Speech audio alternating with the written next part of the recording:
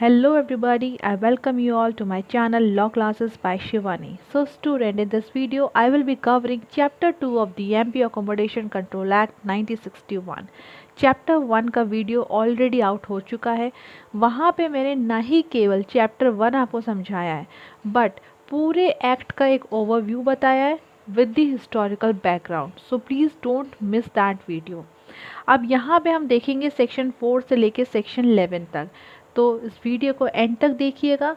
ना ही केवल प्रोविजंस का एक्सप्लेनेशंस मैंने आपको समझाया है बट सिनॉप्सिस भी साथ में दिए प्रोविजंस की, ताकि आप सबके लिए और आराम से समझ में आए। चलिए अब इस वीडियो को स्टार्ट करते हैं। तो ज़्यादा से ज़्यादा लाइक करिए, शेयर करिए, सब्सक्राइब करिए मेरे चैनल को। So let's begin with chapter 2 of this act.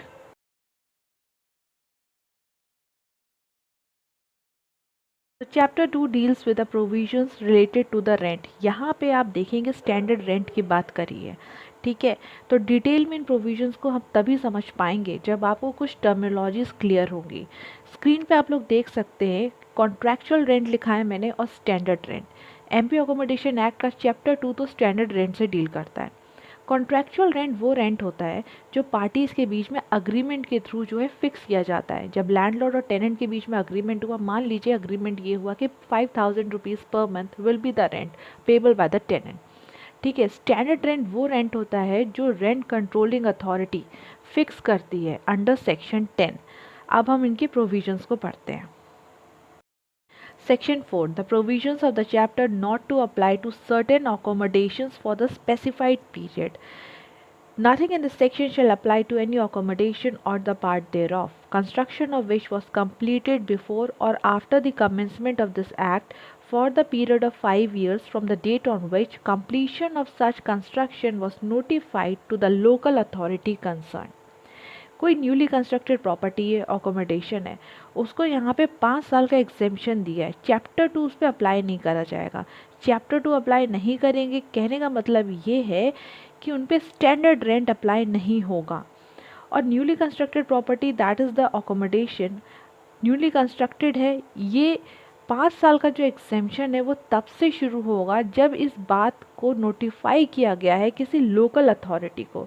अब कैसे मानेंगे कि ये चीज़ जो है नोटिफाई कर दी कि भाई नई नई कंस्ट्रक्ट हुई है प्रॉपर्टी अकोमोडेशन, 5 साल का लैंडलॉर्ड को यहाँ पे एग्जेम्पशन मिल गया है। अब वो चाहे तो अपने हिसाब से कॉन्ट्रैक्चुअल रेंट यहाँ पे फिक्स करेगा। स्टैंडर्ड रेंट तो यहाँ पे अप्लाई होगा ही नहीं, क्योंकि सिर्फ चैप्टर 2 के प्रोविजंस अप्लाई नहीं होंगे। चैप्टर 2 बात करता है स्टैंडर्ड रेंट की, जो फिक्स करता है रेंट कंट्रोलिंग अथॉरिटी। अब सेक्शन 4 में तो उसको एग्जेम्पशन मिल गया कि उसकी नई नई प्रॉपर्टी थी, उसका अकोमोडेशन जो था नया नया था, कंस्ट्रक्ट हुई, इसको नोटिफाई करा, लोकल अथॉरिटी को जाके बताया। अब लोकल अथॉरिटी को कैसे नोटिफाई किया जाता है, भाई उसका वो टैक्स पे करेगा। तो जिस दिन से ये चीज़ पेबल होने लगेगी, ठीक है, वहाँ से वो चीज़ 5 साल काउंट कर लिया जाएगा। I hope this is clear to you all कि सेक्शन 4 में क्या बात कर रहे हैं। एक बार फिर से समझते हैं कि सेक्शन 4 में क्या बताया है। देखिए, एक प्रॉपर्टी है, उसका कंस्ट्रक्शन कंप्लीट हुआ and that property falls under the definition of accommodation. वो एक अकोमोडेशन है, ठीक है। लोकल अथॉरिटी को नोटिफाई किया गया। लोकल अथॉरिटी को जिस दिन नोटिफाई किया गया वहाँ से 5 साल का एग्जेम्पशन लैंडलॉर्ड इंजॉय करेगा। मतलब कि चैप्टर 2 उस पर अप्लाई नहीं करेंगे। Chapter 2 talks about the standard rent. अब यहाँ पे उसको लिबर्टी मिल जाएगी कि अग्रीमेंट के थ्रू, कॉन्ट्रैक्चुअल अग्रीमेंट के थ्रू वो रेंट फिक्स कर सकता है, ठीक है। बस सीधी सी बात ये है सेक्शन 4 में। अब हम देखते हैं section 5। Section 5. Rent in excess of the standard rent not recoverable. Clause 1. No tenant shall, notwithstanding any agreement to the contrary, be liable to pay to his landlord for the occupation of any accommodation any amount in excess of the standard rent of the accommodation. Simple सी बात ये बोली है कि section 5 में tenant जो है हमेशा स्टैंडर्ड रेंट ही पे करेगा। Tenant is only liable to pay this standard rent amount and that standard rent amount is fixed by RCA, that is the rent controlling authority. Rent controlling authority under section 10 of this act, ठीक है। मान लीजिए कि landlord और tenant के बीच में agreement हुआ, एक कॉन्ट्रैक्चुअल अग्रीमेंट हुआ जहाँ पे उसने टेनेंट से ये कहा कि अकॉर्डिंगली वो 5000 रुपीज़ जो है पे करेगा per month rent amount. Standard rent amount RCA ने फिक्स करा 2000 रुपये, तो यहाँ पे टेनेंट वो 2000 रुपये जो आरसीए ने फिक्स करा है स्टैंडर्ड रेंट अमाउंट वही पे करेगा। सिंपल सी बात है, भले ही कोई भी अग्रीमेंट हो उससे कोई मतलब नहीं है, standard rent amount will prevail over this any agreement. Tenant is only liable to pay the standard rent amount. He is not liable to pay any amount in excess of the standard rent. Simple सी बात है। Clause 2, any agreement for the payment of the rent in excess of the standard rent shall be construed as if it were an agreement for the payment of the standard rent only. यहाँ पे मान लीजिए landlord और tenant के बीच में जो contractual agreement हुआ वहाँ पे रेंट अमाउंट ज़्यादा फिक्स किया गया था स्टैंडर्ड रेंट अमाउंट से। मान लीजिए 10,000 रुपये फिक्स किया गया और स्टैंडर्ड रेंट अमाउंट फिक्स किया गया था 5,000 रुपये, ठीक है। कॉन्ट्रैक्चुअल अग्रीमेंट के थ्रू रेंट ज़्यादा फिक्स किया गया था, तो ये माना जाएगा कि अग्रीमेंट यही हुआ था as if he has to pay the standard rent amount only, that is the lesser amount that is been fixed in the standard rent amount, ठीक है। So section 5 it talks about the tenant benefit, tenant के interest की बात की जा रही है। Simple सी बात है, आप बस पॉइंटर्स में याद रखिए कि tenant is only liable to pay the standard rent amount only, and कोई अग्रीमेंट हुआ है to pay in excess of the standard rent amount of that accommodation it shall be construed as if it were an agreement to pay the standard rent only, ठीक है। समझ में आया आपको section 5, section 4 and section 5 is all done. Let's move on to section 6। तो before reading section 6 एक मैंने slide prepare करिए ताकि आपको सेक्शन 4 सेक्शन 5 और भी आसानी से समझ में आ जाए। Section 4 newly constructed accommodation exempted for 5 years from chapter 2 application means landlord can fix rent by agreement, 5 years exemption calculated from the date notified to the local authority. Section 5 tenant liable to pay only standard rent amount irrespective of any agreement. If any agreement to pay in excess of the standard rent amount constitute as an agreement to pay, tenant not to pay in excess of the SR. SR is the standard rent amount. थोड़ा short में लिखा है मैंने, slide में इतनी जगह नहीं थी। सो आई होप आपको ये चीज़ क्लियर हो गई है। आपकी बेटर अंडरस्टैंडिंग के लिए मैंने इस तरीके से स्लाइड्स बनाई है। Now moving on to the section 6।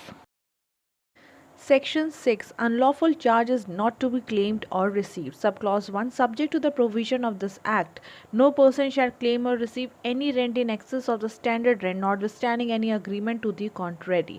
No person यानी कि लैंडलॉर्ड की बात कर रहे हैं। लैंडलॉर्ड क्लेम या रिसीव नहीं कर सकता है कोई भी rent in excess of the standard rent. इसके अलावा वो कोई भी रेंट जो है क्लेम नहीं कर सकता है, सिर्फ और सिर्फ क्लेम या रिसीव क्या करेगा, स्टैंडर्ड रेंट ही। जब टेनेंट स्टैंडर्ड रेंट देने के लिए ही लाइबल है तो यहाँ पे लैंडलॉर्ड भी सिर्फ और सिर्फ वही रिसीव करेगा। आगे बस एक एक्सेप्शन है इसका। Clause 2 no person shall in consideration of the grant, renewal or continuance of a tenancy or subtenancy of any accommodation claim or receive the payment of any sum as premium or pagadi or claim or receive any consideration whatsoever in cash or in kind in addition to the rent, except with the previous permission of the rent controlling authority, claim or receive the payment of any sum exceeding 1 month rent of such accommodation as rent in advance. Standard rent एक तो वो सिर्फ claim कर सकता है, but अगर वो चाहे तो रेंट कंट्रोलिंग अथॉरिटी की परमिशन ले आए और 1 मंथ से ज़्यादा का वो जो है रेंट जो है क्लेम कर सकता है इन एडवांस, ठीक है। टेनेंट से कहेगा 1 मंथ से ज़्यादा जो है तो मुझे एडवांस पेमेंट कर दो रेंट का, बट वो कैसे कब करेगा पेमेंट, जब रेंट कंट्रोलिंग अथॉरिटी इस चीज़ परमिट कर देगी, परमिशन दे दी है लैंडलॉर्ड को, हाँ भाई तुम जाओ इससे ज़्यादा का तुम क्लेम कर सकते हो एडवांस में रेंट, 1 मंथ से ज़्यादा। नॉर्मल 1 मंथ का तो वो ऐसे ही क्लेम कर सकता है, ठीक है, उसकी कोई परमिशन की ज़रूरत नहीं है। क्लॉज 2 इम्पॉर्टेंट है इसका यहाँ पे कि no person shall in consideration of the grant renewal और कंटिन्यूस, यानी कि landlord in consideration of grant renewal और कंटिन्यूंसी ऑफ द टेनेंसी और द सब टेनेंसी, एक तो वो सिर्फ और सिर्फ स्टैंडर्ड रेंट क्लेम करेगा। अब इनके बदले में, ग्रांट के बदले में, रिन्यूअल ऑफ द टेनेंसी के बदले में, कंटिन्यूस ऑफ द टेनेंसी के बदले में वो पगड़ी या प्रीमियम को क्लेम या रिसीव नहीं कर सकता है, neither in cash nor in kind. समझ रहे हैं आप। टेनेंसी टर्मिनेट हो रही थी, लैंडलॉर्ड को टेनेंट ने कहा कि मेरी टेनेंसी जो है तुम उसे रिन्यू कर दो, ठीक है। तो लैंडलॉर्ड ने कहा okay fine I will renew your tenancy, but उसके बदले में जस्ट पे मी सम प्रीमियम, जस्ट पे मी सम पगड़ी इन कैश और इन काइंड। पगड़ी बोला जाता है कमर्शियल एरियाज़ में, ठीक है, इन अ वे इट इज़ कैश ही हुआ ये, ठीक है। स्टैंडर्ड रेंट तो अलग ही बात हो गई, ठीक है। तो वो कह रहे हैं कि ऐसा नहीं कर सकता है लैंडलॉर्ड। लैंडलॉर्ड को प्रोहिबिट करा गया है कि इन 3 चीज़ के बदले में तुम प्रीमियम या पगड़ी टेनेंट से इन कैश और इन काइंड क्लेम या रिसीव नहीं कर सकते हो। तुम सिर्फ और सिर्फ स्टैंडर्ड रेंट ही क्लेम या रिसीव करोगे, ठीक है। So landlord is prohibited in this sense, इस तरीके से यहाँ पे रोका गया है। तो क्लॉज 1 क्लॉज 2 को समअप करेंगे, सीधी सी बात है, क्लेम या रिसीव करेगा स्टैंडर्ड रेंट ही सिर्फ टेनेंट से, और चाहे तो 1 मंथ से ज़्यादा का रेंट वो उससे क्लेम या रिसीव कर सकता है एडवांस में। उसके लिए उसे रेंट कंट्रोलिंग अथॉरिटी की परमिशन चाहिए 1 मंथ एक्सीडिंग रेंट, ठीक है। अदरवाइज़ क्या है, रोका गया है उसको कि तुम जो है इन कंसिडरेशन ऑफ ग्रांट रिन्यूअल और द कंटिन्यूंसी ऑफ द टेनेंसी या फिर सब टेनेंसी, इसके बदले में, ठीक है, तुम क्लेम या रिसीव नहीं कर सकते हो किसी भी तरीके से प्रीमियम पगड़ी, यानी कि स्टैंडर्ड रेंट के अलावा की ये चीज़ें हो गई ना, तो वो इस तरीके से नहीं कर सकता। He is been prohibited from claiming all these things. Alright, अब हम पढ़ेंगे clause 3। Clause 3. It shall not be lawful for the tenant or any other person acting or purporting to act on the behalf of the tenant or subtenant to claim or receive any payment in consideration of the relinquishment, transfer or assignment of his tenancy और सबटेनेंसी। जिस तरीके से clause 1 clause 2 में landlord को prohibit किया गया है, they are dealing with the landlords, उसी तरीके से क्लॉज 3 में टेनेंट को प्रोहिबिट किया गया या फिर सब टेनेंट को प्रोहिबिट किया गया है कि इन कंसिडरेशन ऑफ कि रेलिंक्विशमेंट करने के बदले, ट्रांसफ़र करने के बदले या फिर टेनेंसी या फिर सब टेनेंसी को असाइन करने के बदले में वो कोई भी पेमेंट क्लेम नहीं कर सकते हैं, ठीक है। सिर्फ और सिर्फ लाइबल है यहाँ पे स्टैंडर्ड रेंट अमाउंट जो है पे करने के लिए। क्लेम या रिसीव नहीं कर सकते, वो कहेगा ठीक है मैं जो हूँ अपनी टेनेंसी और साइन कर दूंगा, इसके बदले में just pay me some money like this, तो वो इस तरीके से नहीं कर सकता है क्लॉज 3 में। Clause 4, nothing in this section shall apply to any payment made under any agreement by any person to a landlord for the purpose of financing the construction of the whole or part of the accommodation on the land belonging to or taking on lease by the landlord. And one of the condition of the agreement is that the landlord is to let to that person the whole or part of the accommodation when completed for the use of that person or any member of his family. Clause 4 is an exception. कोई agreement हुआ है जहाँ पे tenant finance कर रहा है landlord की किसी अकोमोडेशन को, ठीक है, कंस्ट्रक्शन हो रहा है उसकी प्रॉपर्टी का, या तो वो खुद की लैंड पे वो कंस्ट्रक्शन करा रहा है या फिर लीज पे उसने लैंड ली है उसे कंस्ट्रक्ट कर रहा है for the purpose of accommodation, for the purpose of letting out, ठीक है। तो यहाँ पे वो कह रहा है कि टेनेंट जो भी उसको फाइनेंस करने में जो भी पैसा वो देगा, ठीक है, तो उसके बदले में अग्रीमेंट में ये होगा तय कि वो उसको या फिर उसके किसी फैमिली मेम्बर को लैंडलॉर्ड वो प्रॉपर्टी जब एक बार कंस्ट्रक्शन कंप्लीट हो जाएगा, भाई टेनेंट क्यों मदद करेगा कंस्ट्रक्ट कराने में, इसी बेसिस पे मदद करेगा कि जब कंस्ट्रक्शन कंप्लीट हो जाएगा तो तुम मुझे रहने के लिए रेंट पे दे दोगे या फिर मेरे किसी फैमिली मेम्बर को, then I will help you in your construction, ठीक है, पैसे से वो वहाँ पे उसकी मदद करेगा। समझ में आया आपको? अब कितने अमाउंट तक वो जो उसे फाइनेंस कर सकता है कंस्ट्रक्शन, या तो वो पूरी बिल्डिंग को हेल्प कर सकता है उसकी कंस्ट्रक्ट कराने में या फिर पार्ट ऑफ द अकोमोडेशन, ठीक है। तो 5 साल तक का रेंट अमाउंट, ठीक है, उतना वो फाइनेंस कर सकता है टेनेंट, और जो वो पैसे देगा 5 साल तक का रेंट अमाउंट माना जाएगा वो उसने एडवांस में रेंट अमाउंट पे कर दिया है। कहीं तो सेट ऑफ करेंगे जो फाइनेंस पे वो पैसा देगा लगाएगा उसको देगा भाई कि लो ये इतना रुपए तुम, ठीक है। तो एक लिमिट सेट करी गई है कि टेनेंट 5 साल तक का रेंट, अब हो सकता है 2 साल तक का रेंट कैलकुलेट कर ले, मान लीजिए 2 लाख रुपए उसने दिए टेनेंट हैं, तो वहाँ पे उस प्रॉपर्टी पे ये कैलकुलेट किया जाएगा कि ये 2 लाख रुपए जो हैं, मान लीजिए 2 साल तक का रेंट है, ठीक है, उस तरीके से 2 साल तक का रेंट वो सेट ऑफ कर दिया जाएगा। जब वो प्रॉपर्टी में रहने लगेगा तो मान लिया जाएगा जो पैसे उसने कंस्ट्रक्ट कराने में दिए थे इस प्रॉपर्टी को, तो वो 2 साल तक का रेंट में एडजस्ट कर दिया जाए। 2 साल तक का फिर वो रेंट पे नहीं करेगा, ऑलरेडी उसने वहाँ पे पेमेंट कर दिया है, ठीक है। तो everybody, before moving on to section 7, आप सब के लिए मैंने सेक्शन 6 की भी समरी यहाँ पर प्रिपेयर करी। This is a synopsis. जितने पॉइंट्स मैंने आपको बताया सारे पॉइंट्स यहाँ पे कवर हैं आप सब लोगों की सहूलियत के लिए, ताकि कंफर्टेबल रहे और बेटर अंडरस्टैंडिंग आए प्रोविजंस की, इसलिए मैंने इस तरीके की समरी यहीं पर प्रोवाइड करने की पूरी कोशिश करी है। देखिए क्या है कि I don't have any Telegram channel, तो मैं जितना भी मटेरियल है यहीं पे प्रोवाइड करने की कोशिश करती हूँ। स्लाइड्स में ही लिख देती हूँ ताकि जो भी मैंने समझाया है उसके बाद आप स्लाइड्स भी पढ़ लें, आपको समझ में आ जाए। समटाइम्स हैपन्स कि हो सकता है कुछ मिस हो जाए समझने में, तो थोड़े बहुत नोट्स रहते हैं तो काफ़ी अच्छा रहता है। देखिए मैंने थोड़े बहुत भी नोट्स नहीं दिए हैं, बट बल्कि मैंने सारा का सारा आपको यहाँ पे प्रोविजंस के एक्सप्लेनेशंस बताए हैं, समझाएं और साथ में बताए हैं। So please everyone, please subscribe to my channel, ज़्यादा से ज़्यादा शेयर करिए, because this is the free content. इस तरीके से आई डोंट नो आपको हो सकता है और भी चैनल पे मिल जाए, but I am trying my best कि मैं आपकी बेस्ट ऑफ द नॉलेज से आपको समझा सकूं। तो चलिए अब सेक्शन 7 पढ़ते हैं। सेक्शन 7 गाइस बहुत इंपॉर्टेंट है। स्टैंडर्ड रेंट, इतनी देर से हम लोग पढ़ रहे हैं standard rent, but standard rent होता क्या है वो सेक्शन 7 में, and it's quite lengthy actually, but do not worry, I am there with you all, मैं आपको अच्छे से समझाऊंगी। So section 7 it talks about the standard rent. Standard rent क्या होता है? बेयर एक्ट से पढ़ने से पहले I have like sorted out for you all, एक सिनॉप्सिस की तरह तैयार किया है ताकि सारे प्रोविजन समझना इजी हो जाए। स्टैंडर्ड रेंट एक वो रेंट है अकोमोडेशन से रिलेटेड जो रीजनेबल एनुअल रेंट है या फिर कोई फेयर रेंट है किसी कॉम्पिटेंट अथॉरिटी ने एक रिपील्ड एक्ट के अंदर फिक्स किया था।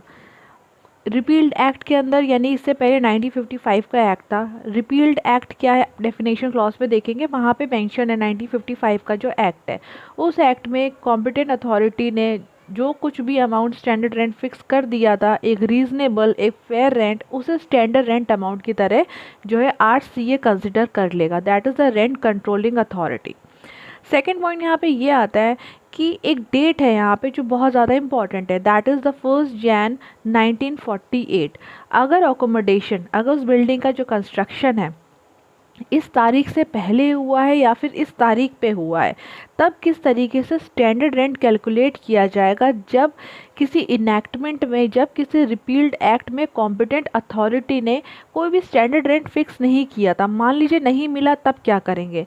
तो दो केस हैं। अगर प्रॉपर्टी लेट आउट करी गई है, ठीक है, लेट आउट करी गई है, तो देखेंगे एक म्युनिसिपल असेसमेंट रजिस्टर होता है जहाँ पे उस प्रॉपर्टी पे कितना रेंट था उस समय, वो सारी चीज़ें देख लेंगे। या फिर एक रियलाइज्ड रेंट, मान लीजिए लैंडलॉर्ड और टेनेंट के बीच में एक अग्रीमेंट हुआ, ठीक है, उसमें देखा कि कितना फिक्स किया इन लोगों ने।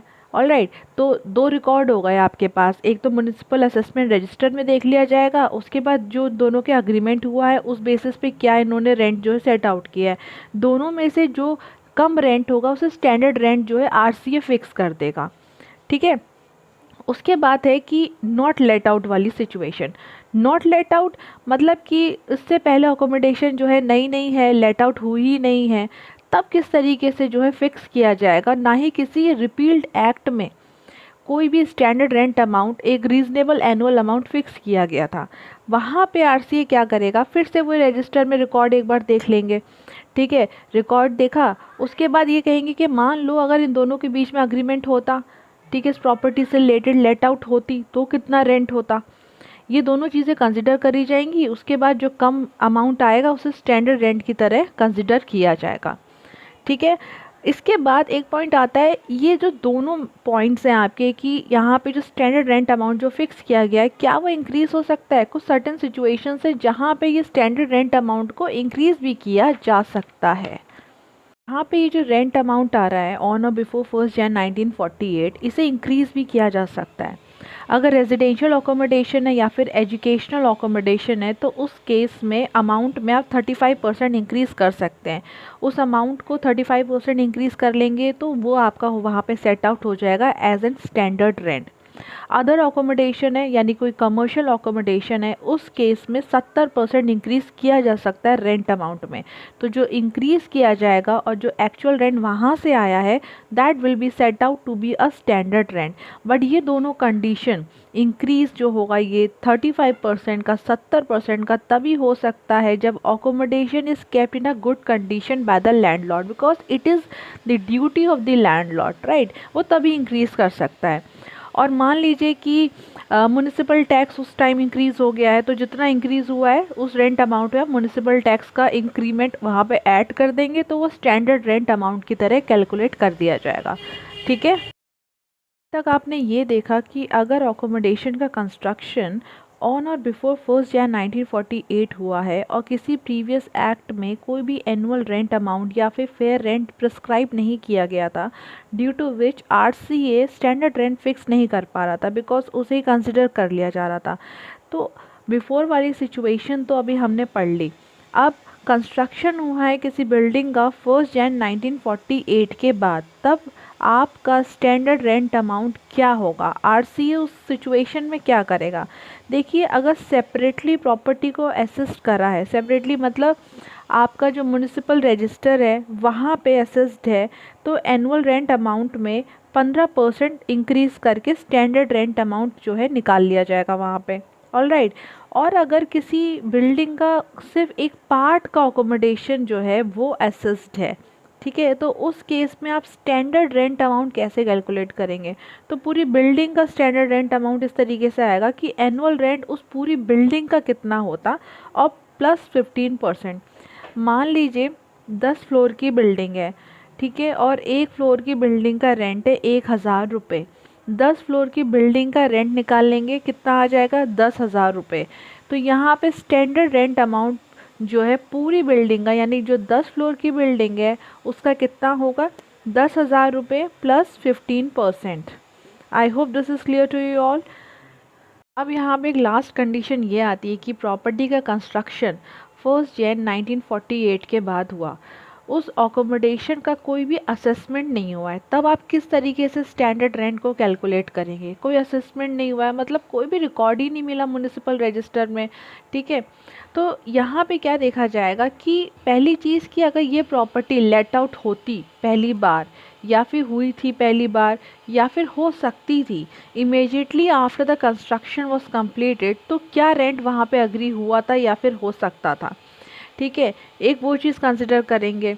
सेकेंड चीज़ यहाँ पे ये कंसिडर करेंगे कि एनुअल रेंट यहाँ पे कैलकुलेट किया जाएगा इस बेसिस पे कि एक्चुअल कॉस्ट ऑफ कंस्ट्रक्शन क्या है, मार्केट प्राइस ऑफ लैंड, दोनों को ऐड कर लेंगे एंड उसका 63/4% यहाँ पे कैलकुलेट किया जाएगा। मिक्स नंबर में है, मैंने यहाँ पे राउंड ऑफ करके 27/3 लिया है।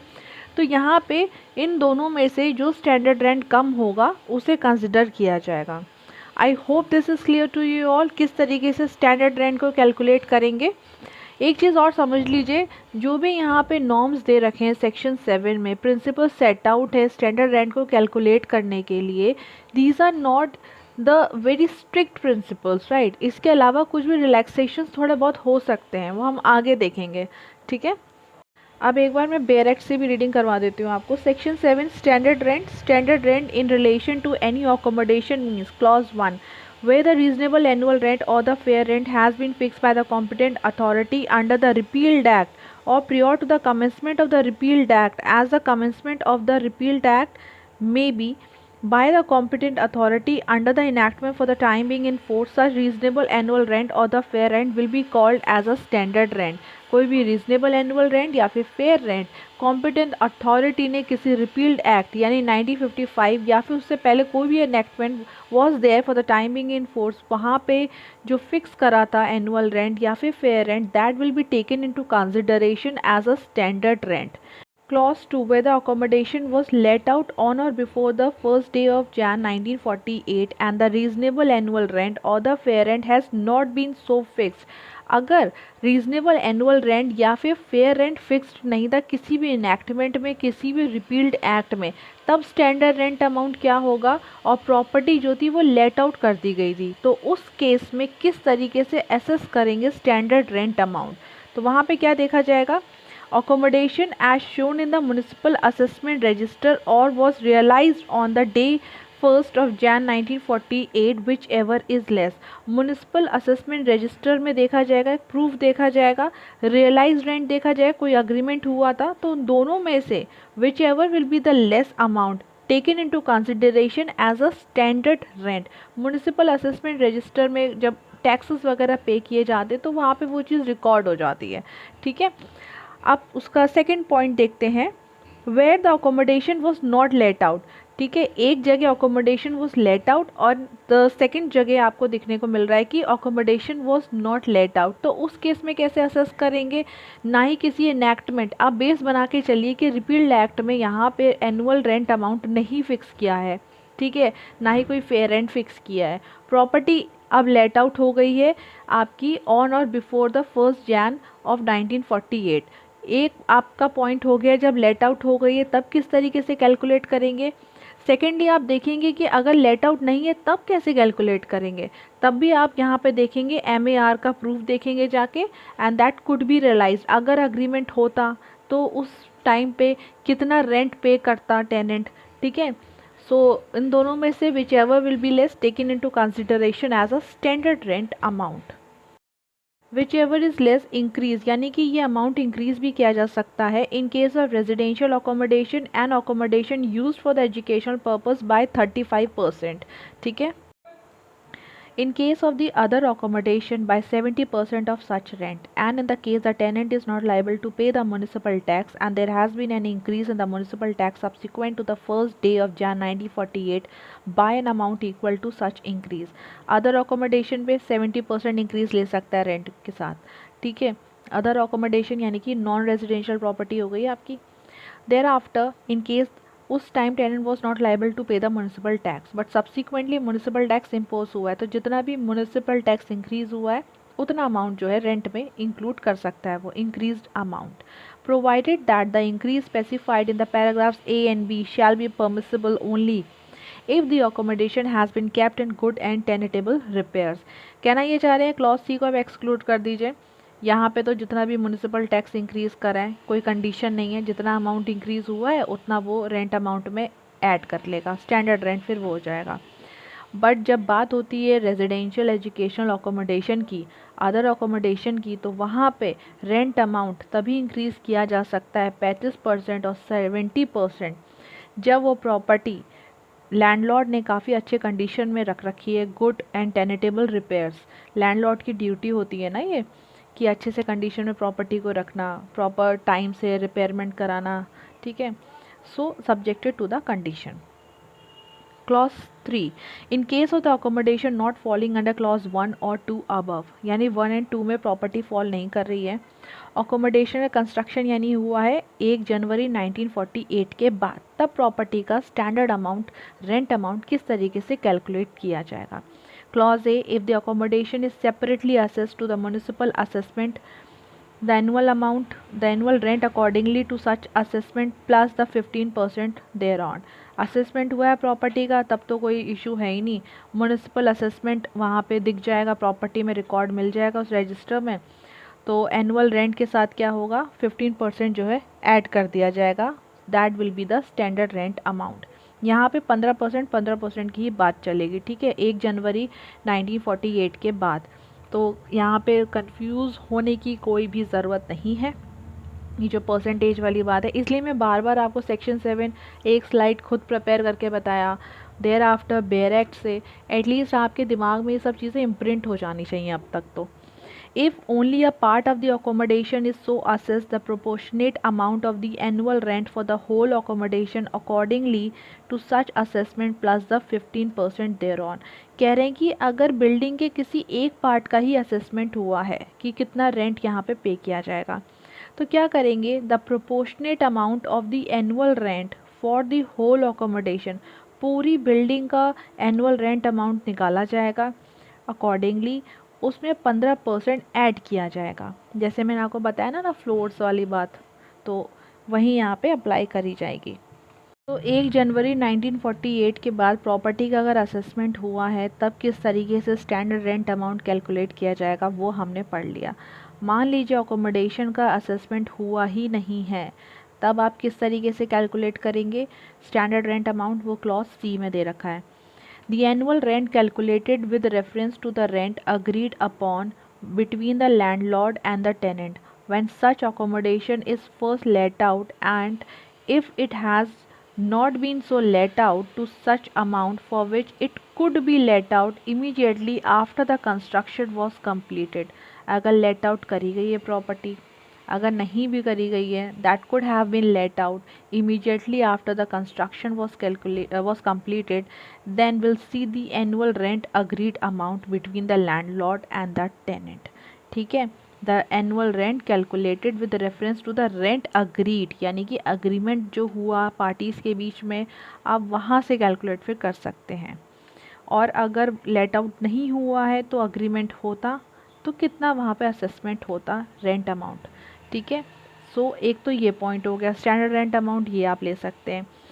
और if the annual rent calculated on the basis of the annual payment of an amount equal to 63/4% annum of the aggregate amount of the actual cost of the construction and the market price of the land comprised in the accommodation, कह रहे हैं कि aggregate निकालेंगे actual cost of construction plus market price of the land, इसका आप क्या करेंगे 63/4% amount निकाल लिया, तो ये क्या निकल कर आ रहा है, एनुअल रेंट आप यहाँ पे कैलकुलेट करेंगे। ठीक है, clause C sub clause 1 and sub clause 2 में जो भी अमाउंट कम होगा दोनों में, that will be taken into consideration as a standard rent amount. So we are done with section 7। I hope आपको एक्सप्लेनेशन समझ में आया है। Let's move on to section 8 now.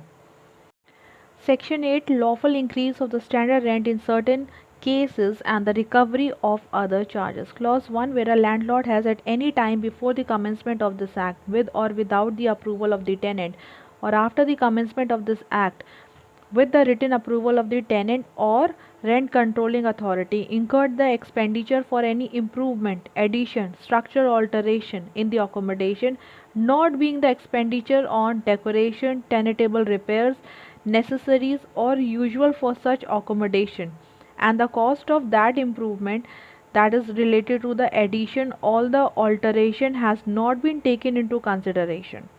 In determining the rent of the accommodation, the landlord may lawfully increase the standard rent per year by an amount not exceeding 10% of the rent payable for the time being.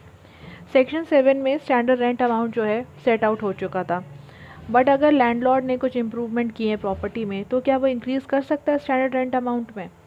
देखिए, वो increase कर सकता है 10%, but कुछ conditions हैं जहां अगर उसके खर्चे हुए इम्प्रूवमेंट में, प्रॉपर्टी में एडिशन कुछ किया है, स्ट्रक्चरल ऑल्टरेशन कुछ हुआ है, तब वो जो है इंक्रीज़ कर सकता है स्टैंडर्ड रेंट अमाउंट में बाय 10%, मैक्सिमम मतलब 10% ही पर एनम।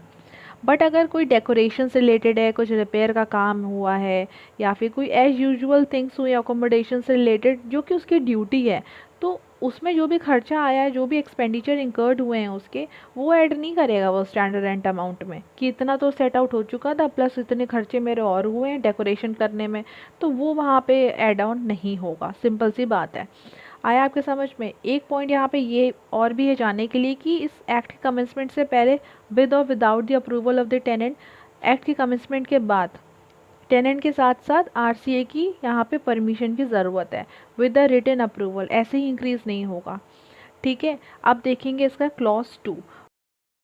सो क्लॉज 2 में क्या है, where a landlord pays in respect of the accommodation any charge for the electricity water consumed in the accommodation or any other charge levied by a local authority having the jurisdiction in the area which is ordinarily payable by the tenant, he may recover from the tenant the amount so paid by him. But the landlord shall not, save as provided in section 7, recover from the tenant whether by the means of an increase in the rent or otherwise the amount of any tax on the building or the land imposed in respect of the accommodation occupied by the tenant, provided that nothing in this subsection shall affect the liability of any tenant under any agreement, whether express or implied, to pay from time to time the amount of any such tax as aforesaid. तो यहाँ पे क्या कहना चाह रहे हैं, जैसे कि वाटर बिल हो गया, इलेक्ट्रिसिटी बिल हो गया, अगर उसके जो चार्जेस हैं या फिर कोई अदर लोकल अथॉरिटीज़ के जो चार्जेस हैं, that is been paid by the landlord. Generally कौन पे करता है? टेनेंट पे करता है, बट पे किसने कर दिया है? लैंडलॉर्ड ने। तो लैंडलॉर्ड रिकवर कर सकता है टेनेंट से ये अमाउंट, क्योंकि वो ordinarily it has to be payable by the tenant. ठीक है, वो क्या रिकवर नहीं कर सकता है टेनेंट से? कोई भी लैंड पे कोई टैक्स है या उस बिल्डिंग पे कोई टैक्स है, but this is subjected to the agreement. अगर कोई अग्रीमेंट हो गया है तब तो फिर वो रिकवर कर ही सकता है।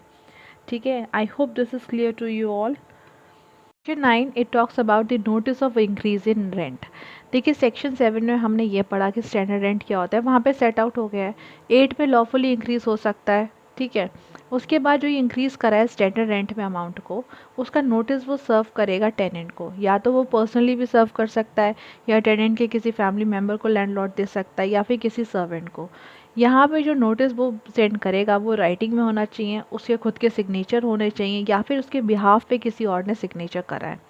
ड्यू एंड रिकवरेबल कब से होगा ये इंक्रीज अमाउंट, जिस दिन नोटिस सर्व करा उसके 30 दिन के बाद, after the expiry of 30 days from the date the notice is given.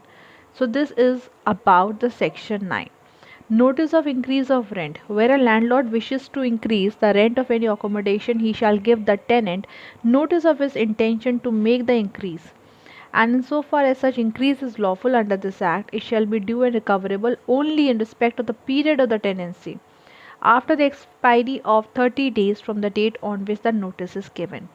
Every notice under subsection 1 must be in writing signed by or on the behalf of the landlord and either be sent by the registered post acknowledgement. वो notice कैसे send कर सकता है, registered post के through भी send कर सकता है। ड्यू टू द टेनेंट मतलब डायरेक्टली टेनेंट को सर्व कर सकता है, और भी टेंडर्ड और delivered personally to him or to one of his family member or servant at his residence, or affixed to a conspicuous part of the accommodation. अगर घर पे कोई भी नहीं है, ना टेनेंट है ना उसके फैमिली मेम्बर्स है, उस केस में वो क्या करेगा, ना ही सर्वेंट है, तब घर के किसी भी पार्ट पे वो उस नोटिस को जो है वहाँ पे अफिक्स कर सकता है। सो सेक्शन 9 हुआ ओवर। अब हम देखते हैं section 10 rent controlling authority. Rent controlling authority have this power to fix a standard rent. ये आपका प्रीलिम्स का भी क्वेश्चन है कि स्टैंडर्ड रेंट कौन फिक्स करता है। मैंने आपको स्टार्टिंग से इस चैप्टर में बताया कि स्टैंडर्ड रेंट फिक्स कौन करता है, RCA, that is the rent controlling authority. Section 7 में हमने देखा कि आरसीए वहाँ भी रेंट फिक्स कर रहा है, स्टैंडर्ड रेंट सारे नॉर्म्स एंड प्रिंसिपल्स को फॉलो करते हुए। अगर किसी भी वजह से मान लीजिए म्यूनिसिपल असेसमेंट रजिस्टर में रिकॉर्ड नहीं मिला या फिर उसके नॉर्म्स एंड प्रिंसिपल्स फॉलो नहीं कर पा रहे, तब वहाँ पे आरसीए क्या करेगा, कैसे फिक्स करेगा स्टैंडर्ड रेंट। तो उस केस में वो क्या करेगा, रीजनेबल रेंट फिक्स करेगा। He will take into consideration the whole locality, the whole situation, the condition of the accommodation, landlord ने वहाँ पे क्या फैसिलिटीज़ प्रोवाइड करी हैं, क्या एम्यूनिटीज़ प्रोवाइड करी हैं, and the standard rent of the similar accommodation. ठीक है, तो सेक्शन 7 के जो नॉर्म्स हैं वो ऐसा नहीं कि स्ट्रिक्टली वही सारे नॉर्म्स फॉलो किए जाएंगे, उन्हें तो कंसिडर तो किया ही जाएगा, बट समहाउ अगर नहीं फॉलो कर पा रहे हैं तब आरसी कैसे फिक्स करेगा। ठीक है, और जो ये स्टैंडर्ड रेंट होगा that will be fixed for 12 months, 12 महीने के लिए फ़िक्स किया जाएगा।